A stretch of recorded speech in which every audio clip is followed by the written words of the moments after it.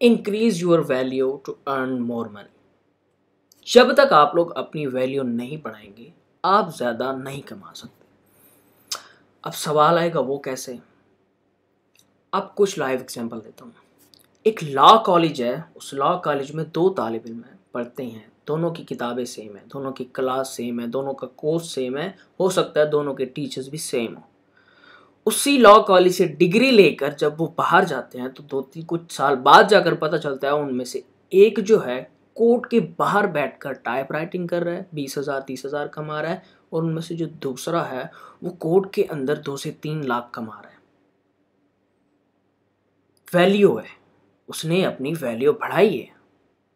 कुछ live example आपको मजीद दे दूं तो वो ये है, जब आप मार्केट से क्लॉथ्स परचेज करते हैं, जो भी हो, जब आप क्लॉथ्स परचेज करते हैं नॉर्मली आपको 2 से 3 हज़ार में मिल जाता है, लेकिन अगर वही उसी ही कपड़ों पर अगर टैग लग जाए खादी का, बोनेंजा का, आप लोग जानते हैं उस कपड़े की क्या वैल्यू बढ़ जाएगी, क्या प्राइस बढ़ जाएंगे।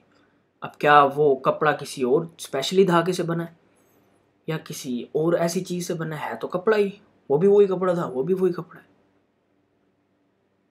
अगर आपको एक और एग्जांपल दूँ लाइव, इस वक्त हमारे पाकिस्तान में कुछ ऐसे मेंटोर्स हैं, CEO फाउंडर हैं एक्सट्रीम कॉमर्स के, सनी अली साहब, उसके उनके अगर लाइव एग्जांपल दूँ, जब उनका पहली बार जब वो पाकिस्तान में उन्होंने स्टार्ट किया था स्टार्टअप को, तो वो बता रहे थे जब उन पर कोई यकीन नहीं कर रहा था जब उन्होंने इस सिस्टम को स्टार्ट किया।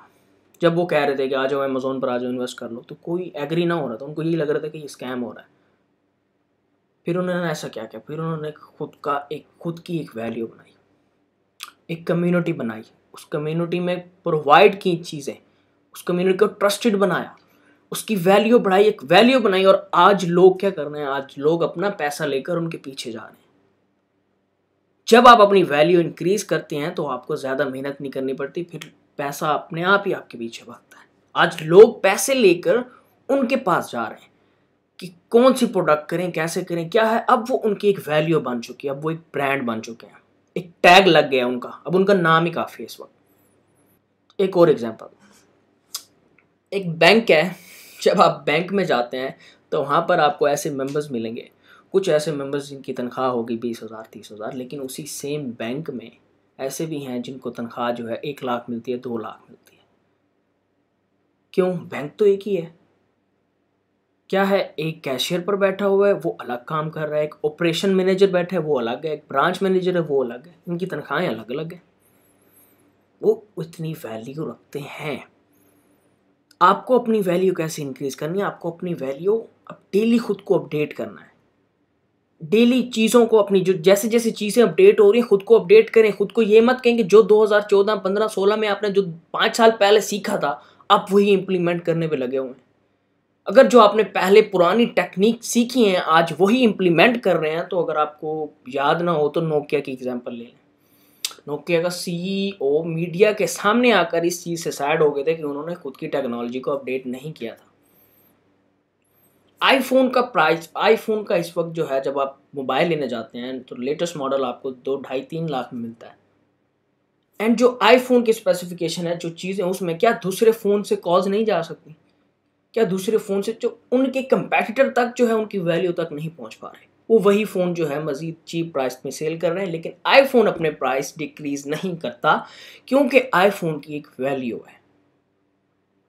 ऐसी वैल्यू सैमसंग में या उसमें ओप्पो में, वीवो में वो इतनी वैल्यू नहीं रखते। वो आईफोन जो है वो कहता है कि मैं एक चीज़ हूँ, मैं एक ब्रांड में, मेरा एक टैग है, मेरी एक अलग वैल्यू है। क्या आपको नहीं लगता इनमें जो कैमरा है वो उसमें कोई डिफरेंट कैमरा लगा हुआ है?